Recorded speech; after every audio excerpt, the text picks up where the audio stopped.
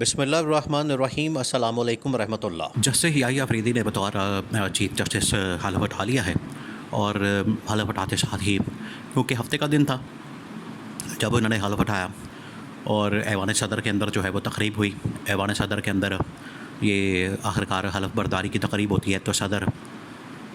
آصف علی زرداری نے ان سے حلف لیا، اور اب وہ باقاعدہ پاکستان کے چیف جسٹس بن گئے ہیں قاضی فائز عیسیٰ کے جانے کے بعد۔ اب قاضی فائز عیسیٰ کے اوپر اس وقت بہت سارے لوگ بات کر رہے ہیں، ان کے ماضی کے اوپر، ان کے کردار کے اوپر، ان کے فیصلوں کے اوپر، ان کے پاسٹ کے اوپر، ان کی دو نمبریوں کے اوپر، ان کے فیصلوں کے اوپر، اور ان کے گٹھ جوڑ کے اوپر، ان کی سازش کے اوپر، ان کی ساز باز کے اوپر بہت سارے لوگوں نے بات کی۔ اب تو خیر اندر سے جسٹس منصور علی شاہ نے جو سارا کچا چٹا تھا ان کا کھول کے سامنے رکھ دیا، ان کو ننگا کر دیا،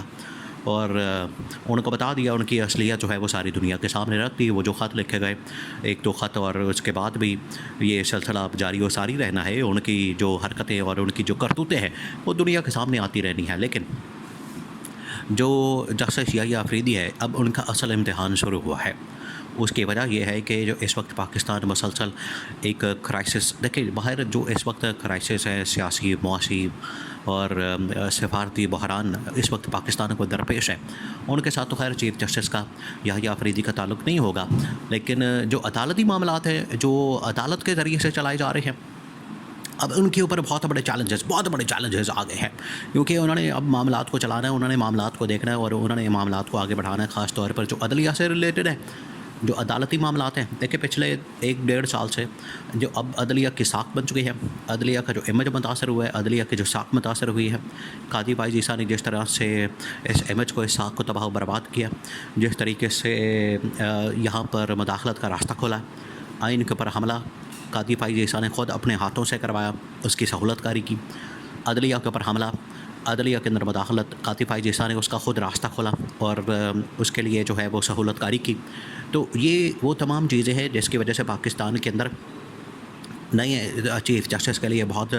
بڑے بڑے چیلنجز کا سامنا ہے۔ اب یحییٰ افریدی اور کم از کم قاضی فائز عیسیٰ کے جاتے جاتے 2-3 جو بڑے ریلیف ملے پی ٹی آئی کو، کیونکہ اصل تو جو کھاتا کھولا ہوا تھا قاضی فائز عیسیٰ نے شریف خاندان کے ساتھ مل کر، نواز شریف کے ساتھ مل کر، نواز شریف بھی بھاگ گیا، یہ بھی بھاگ گیا، اب سب توڑ جائیں گے۔ تو قاضی فائز عیسیٰ کے ساتھ مل کر یہ جو اس نے کھاتا کھولا ہوا تھا عمران خان کے خلاف ایک اس نے محاذ کھولا ہوا تھا، عمران خان کے خلاف اس نے ایک پورا ایک تیار کیا ہوا تھا محاذ، مورچہ بنایا ہوا تھا، وہ تو کم از کم ٹھنڈا پڑ گیا۔ اور قاضی فائز عیسیٰ کے اینڈ والے دنوں میں پی ٹی آئی کو کچھ تو ریلیف ملا۔ اس میں پہلا جو ریلیف ملا کہ عمران خان کی جو اہلیہ ہے، عمران خان کی جو بیوی ہے بشرا بی بی، اس کو رہا کر دیا گیا، اس کی ضمانت ہو گئی۔ جیسے بے بنیاد من گھڑت جھوٹے اور جعلی مقدمات بنائے گئے ہیں، ویسے ہی ختم ہو رہے ہیں۔ جیسے جعلی مقدمات بنائے گئے ہیں، یہ اب خود سرنڈر کر رہے ہیں۔ یہ اصل میں گورنمنٹ کا، حکومت کا، انتقامی کارروائی کرنے والوں کا، سیاسی انتقام لینے والوں کا سرنڈر ہے۔ اس کو اس طرح سے بیان کرنا چاہیے کہ یہ فیصلے جو ہو رہے ہیں یہ میرٹ کے مطابق نہیں، یہ فیصلے اصل میں ان سیاسی قوتوں کا سرنڈر ہے، ان سیاسی قوتوں کے شکست ہے، ان سیاسی قوتوں نے اپنے منہ کے اوپر کالک مان لی ہے، انہوں نے خود اپنا منہ کالا کروا لیا ہے کہ پچھلے 10 مہینے سے 1 سال سے بشرا بی بی کو غیر قانونی طور پر، غیر آئینی طور پر، اور بغیر کسی کیس اور مقدمے اور بغیر کسی جرم کے بشرا بی بی کو غیر انسانی سلوک کرتے ہوئے جیل میں رکھا گیا، پابند سلاسل رکھا گیا۔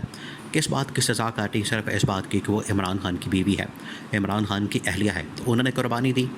اب یہ جو قربانی دیکھیں، بشرا بی بی نے جو قربانی دی ہے وہ پیپلز پارٹی کی قربانیوں کے اوپر حاوی ہے۔ پیپلز پارٹی بڑا شور مچاتی ہے پاکستان کے اندر، ہم نے پتہ نہیں کون سی قربانی دی ہے، کون سے بکروں کی قربانی دی ہے، یا کون سے اس نے جو قربانی کے بکرے ہوتے ہیں ان کی قربانی دی ہے، یا صدقے کے بکروں کی قربانی دی ہے۔ اس کے علاوہ تو کوئی قربانی نہیں۔ یہ قربانی تو ہر بندہ دیتا ہے،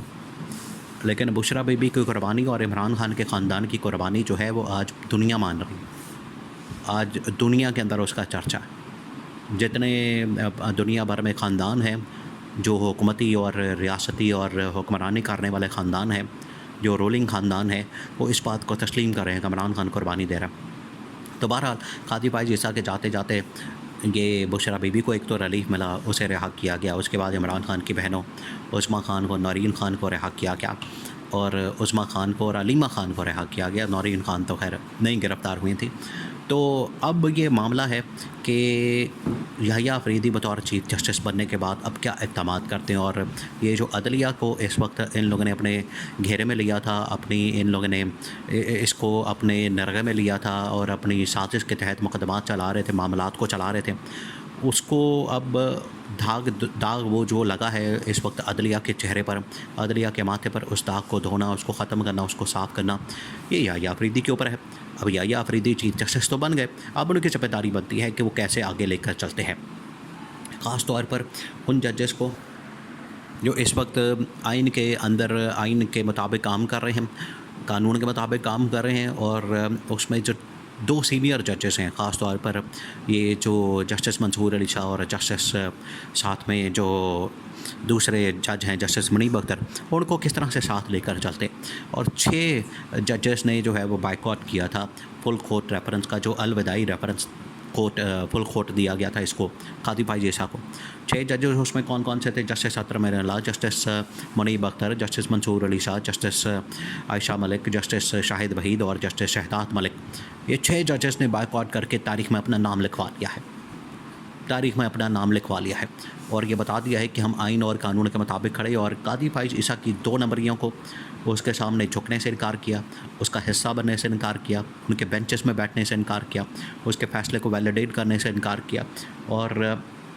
اپنے فیصلوں کے اوپر قائم و دائم رہے, اپنے فیصلوں کے اوپر ڈٹے رہے اور اپنے فیصلے دیتے رہے.